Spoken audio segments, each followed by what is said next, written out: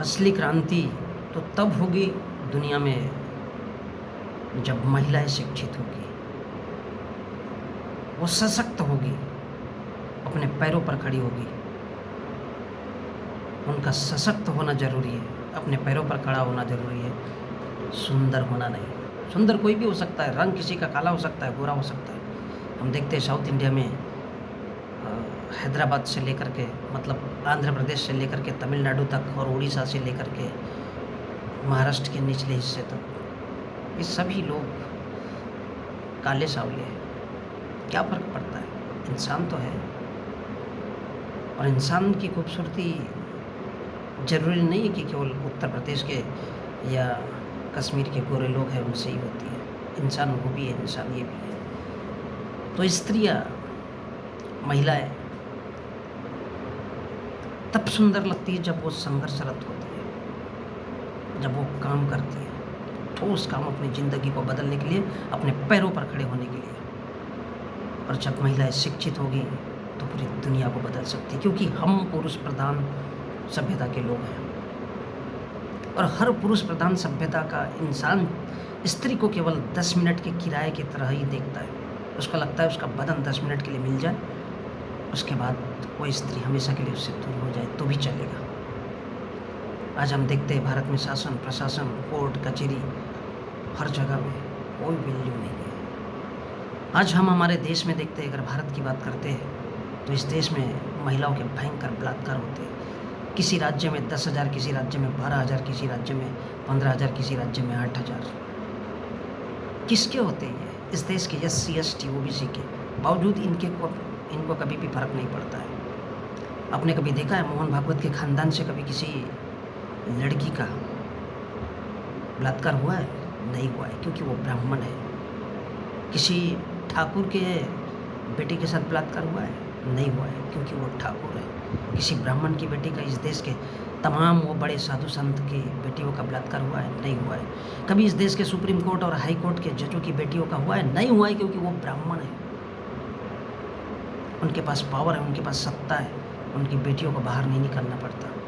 लेकिन इस देश की हर उस अनुसूचित जाति, अनुसूचित जनजाति और इस देश के अन्य पिछड़ा वर्ग के हर उस महिला की कहानी है, जिसके साथ इस देश में जितने भी बलात्कार, इस देश में जितने भी स्टेट में बलात्कार होते हैं, वो उन्हीं के नाम दर्ज होते हैं, क्योंकि इनकी कोई औकात नहीं होती, इनके पास कोई पावर नहीं होता, वो बनना भी नहीं चाहते और अपनी बेटियों को तरीके से पढ़ाना भी नहीं चाहते।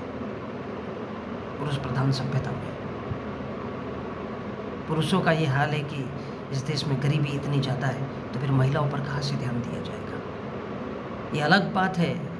स्वतंत्र भारत यानी 1950 के बाद अगर हम बात करते हैं तो भारत में महिलाओं की स्थिति क्या है?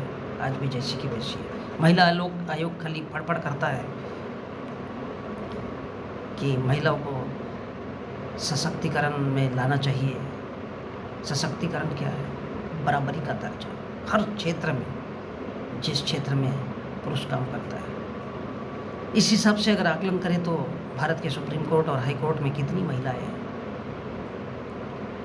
इस देश के हाई कोर्ट अर्थात हर उस स्टेट लेवल पर जिस स्टेट में वो बनाए गए, कितनी महिलाएं काम करती है? कहाँ से न्याय मिलेगा इस देश में महिलाओं को? बैठा तो ब्राह्मण है इस देश के न्याय प्रणाली में, बैठा तो हाई कोर्ट हो या फिर सुप्रीम कोर्ट हो, उसमें बैठा तो ब्राह्मण है। ब्राह्मण में कभी कोई न्यायिक चरित्र नहीं होता है। वो 1911 में खुद को कहता है कि हम हिंदू नहीं हैं। वो कहाँ से न्याय देगा इस देश के गरीब लोगों को, इस देश के SC ST OBC को? उसको पता है कि उनकी बहु बेटियों का तो कभी बलात्कार होता नहीं है। उसको पता है कि इस देश के साधु संत जो इस देश को ज्ञान पेलते हैं, ज्ञान देते हैं, उनका तो कभी बलात्कार नहीं होता। लेकिन हाँ, मंदिरों में जो महिलाएं जाती हैं वहाँ पर हो सकता है। हमने आसाराम से सीखा है, देखा है क्या है। और इसलिए कहना चाहता हूँ इस देश की महिलाओं को, अपने बाल ही उड़ा दो, सुंदर दिखना बंद करो। चांद के जैसे दिखने से फायदा नहीं है, लोग घूरते रहेंगे, सूरज की तरह चमको। काट दो अपने बाल, टाई कोट पे आओ, पुरुषों की नीयत बदल जाएगी। लेकिन इस देश में स्कूल कॉलेजों का ड्रेस कोड है, वो टाई और कोट पे होना चाहिए। लेकिन इस देश में गरीब लोग हैं जो पढ़ नहीं सकते, इसलिए उनके अपने बहू बेटियों का सिर्फ बलात्कार उन्हें देखना पड़ता है, और सारी लाइफ वो कोर्ट कचहरी के चक्कर में बावजूद इसके उनका पूरा खानदान नष्ट कर दिया जाता है।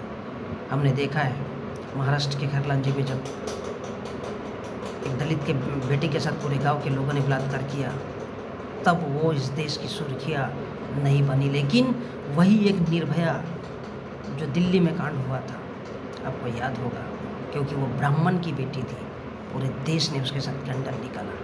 जब इस देश में जातियाँ यहाँ पर भी इफेक्ट करती है, यहाँ पर भी इफेक्ट करती है, क्योंकि जातियाँ कभी किसी को छोड़ती नहीं है। वो ब्राह्मण की बेटी थी, इसलिए पूरे देश ने कैंडल मार्च निकाला। नहीं होना चाहिए, लेकिन इस देश में दलितों के साथ, आदिवासियों के साथ और भारत के ओबीसी यानी अन्य पिछड़ा वर्ग की महिलाओं के साथ हर जगह 8,000 10,000 इस देश के थाना को कोर्ट कचहरी में जब वो केसेस जाते हैं बलात्कार के, तब इस देश की किसी को फर्क नहीं पड़ता। क्यों? क्योंकि वह जागृत नहीं है।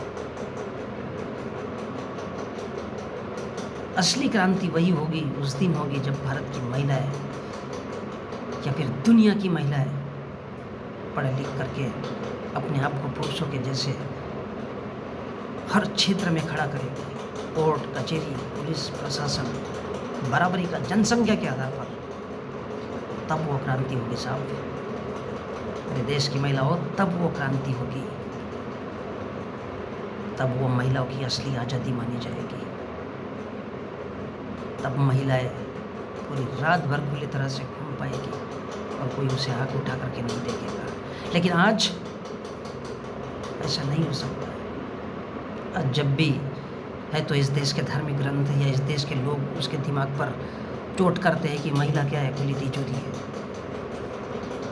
खुली तिजोरी है, वहाँ से कोई भी उसका धन चुरा लेगा, और महिला भी वही सोचती है, हाँ हम लोग खुली तिजोरी है। क्यों कमज़ोर बनना चाहते हो? इसलिए कि आपके कुछ साधु संत कह देते नहीं, पढ़ो लिखो, शिक्षित करो, तब तक ये संभव नहीं है।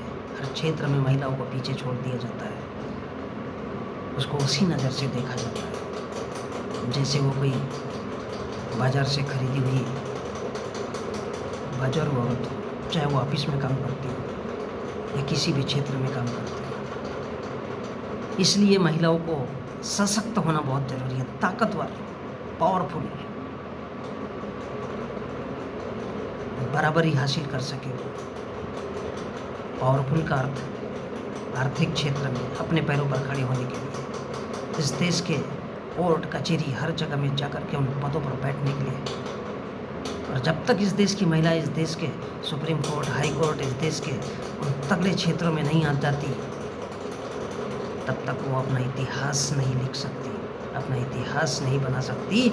इसलिए चाहे वो दुनिया की कोई भी महिला क्यों ना हो, उसे सुंदर दिखना आवश्यक नहीं है, उसे सशक्त होना जरूरी है, उसे मजबूत होना जरूरी है, अपने पैरों पर खड़ा होना जरूरी है। इसलिए महिलाओं को शिक्षित करो। शिक्षित बनने से कुछ नहीं होता है, उनको शिक्षित करना जरूरी होता है, ताकि वो सीधा सा अपने तौर पर एक आंदोलन खड़ी करे और अपने आप को अपने पैरों पर खड़ी करे, ताकि वो बिजनेसमैन बने, वो इस देश की सुप्रीम कोर्ट और हाई कोर्ट की जज बन पाए। तब उन महिलाओं के लिए, महिलाओं को अधिकार दिलाने के लिए लड़ पाएगी। क्योंकि अब तक जो भी महिलाओं का जितना भी इतिहास रहा है, उसमें इस देश के अनुसूचित जाति, इस देश के अनुसूचित जनजाति और इस देश के ओबीसी की महिलाओं के साथ ही हर वो हथकंडे अपनाए गए जिसे हम बलात्कार, यौन उत्पीड़न और न जाने क्या क्या कहते रहे। लेकिन किसी ब्राह्मण, ठाकुर या बनिया की बेटियों के साथ ये नहीं होता। क्यों? क्योंकि उनके पास पावर है, उनके पास पैसा है, उनकी बेटियां अपने पैरों पर खड़ी है। लेकिन इन छोटे तबकों के लोगों पर न तो कभी सरकारों ने ध्यान दिया है और न ही भारत की महिलाएं उस लायक हो पाई है कि अपने आप को वो खड़ा कर सके।